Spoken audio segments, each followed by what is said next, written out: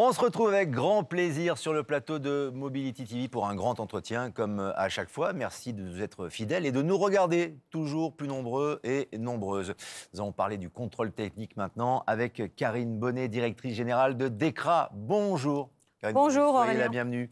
Leader du contrôle technique, bien sûr. Avant de parler un peu plus du métier, du parc, la manière d'améliorer encore et encore le contrôle technique, est-ce qu'on peut faire un bilan, puisque c'est la période de l'année 2022 sur le contrôle technique en général et chez DEKRA en particulier?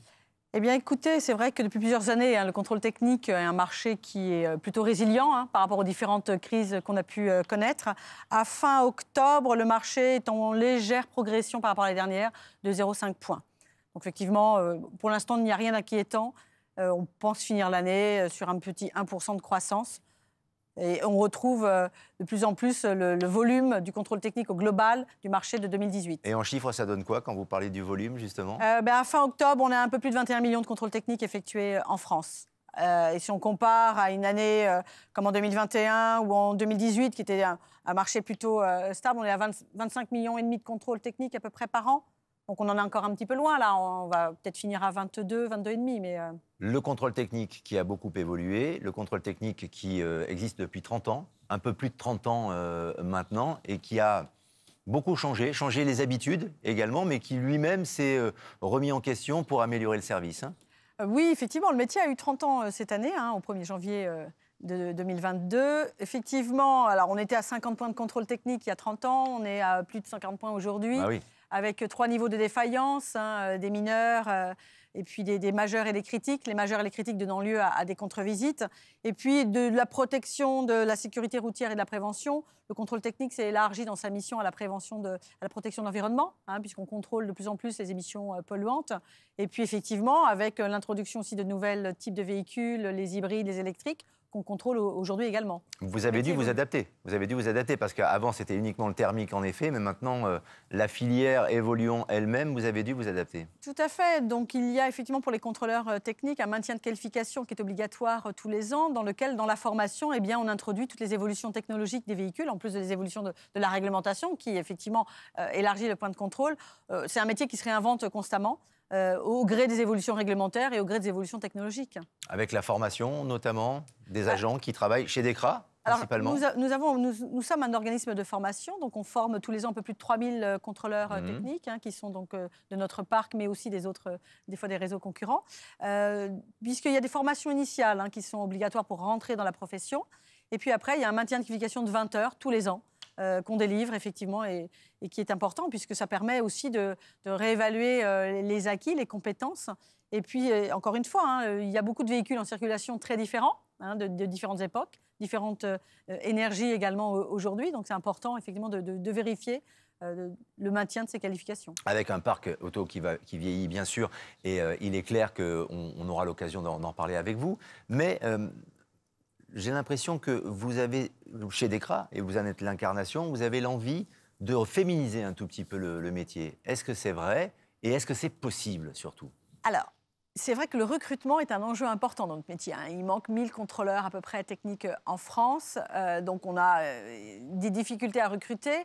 Donc, c'est un problème d'attractivité et de connaissance du métier du contrôle technique. D'accord. Et donc, nous, on a mis en place ce qu'on a appelé un DEKRA Summer Campus, où on va vers ces jeunes qui sont détenteurs d'un bac professionnel, puisque c'est le prérequis avant d'entrer en formation initiale. Et on a, en 4 ans, formé à peu près 45 jeunes par ce cursus-là. Bien sûr, on en a d'autres. Et il y avait 4 femmes. Donc, vous voyez, on est à peine 10%. Et aujourd'hui, dans notre réseau, on a à peine 10% de femmes aussi qui sont contrôleuses techniques. Parce que les femmes n'ont pas d'appétence pour ce métier? Vous, par rapport à votre exemple, par rapport à votre parcours ou votre carrière, pourquoi vous êtes entrée dans cet univers-là? Ça fait 10 ans que je suis chez DEKRA. Moi, j'ai plutôt un parcours qui a été toujours dans des milieux plutôt techniques. Donc, j'ai travaillé avant pendant 10 ans dans un grand groupe américain de télécom et d'informatique. Ensuite, 10 ans dans un grand groupe de distribution. Et maintenant, depuis 10 ans, vous voyez, c'est souvent un triptyque comme ça de 10 années. Moi, je suis attirée par le milieu technique, parce que je suis quelqu'un qui est très pragmatique. Et j'aime aussi quand il y a un mélange à la fois de points de vente ou de centres où on est confronté à la réalité du terrain avec des clients. Je pense que les femmes, la filière automobile en général, n'est pas très féminisée. Et ça, c'est un fait. Je pense qu'il y a une méconnaissance du contrôle technique. C'est le contrôle technique dans la filière automobile. Entre guillemets, on ne se salit pas les mains. C'est-à-dire qu'on ne rentre pas dans la partie technique du véhicule. On soulève le capot, bien sûr. Ça, c'est facile, c'est à la portée de tout le monde. Je pense qu'il est méconnu. Alors qu'il y a effectivement de la technicité, il y a une relation client. Il faut faire preuve de pragmatisme, de relation client, donc de pédagogie, pour expliquer le résultat du contrôle technique, qui sont des qualités propres à l'être humain, aux hommes comme aux femmes. Donc, effectivement, je pense que c'est dommage qu'il n'y ait pas assez de femmes qui viennent dans le contrôle. Le message passe aujourd'hui, et peut-être que ça va donner des idées, et peut-être des vocations, susciter des vocations. Tout à fait, c'est un métier noble. On œuvre pour la sécurité routière. Il y a la prévention, la protection de l'environnement avec les émotions polluantes, donc la santé. Donc c'est vrai que c'est un métier qui a tous ses titres de noblesse. Et il faut féminiser cet univers et la filière qui reste trop masculine, s'il en est, il faut le constater, véritablement. C'est vrai. Vu de l'extérieur, pour le grand public notamment, on a l'impression de se dire... oui, le contrôle technique ou l'univers automobile, c'est fait pour les hommes, alors que pas du tout. Pas du tout. En plus, vous en êtes la preuve d'ailleurs. Oui, tout à fait. Même dans les automobilistes aussi, il y a les femmes conduisent comme les hommes. Dans nos centres de contrôle technique, nos clients, c'est presque 1 sur 2, pas tout à fait, mais pas loin d'1 sur 2 qui est une femme qui amène son véhicule pour se faire contrôler. Voilà, donc effectivement, je pense que c'est un déficit de communication et d'image sur le métier.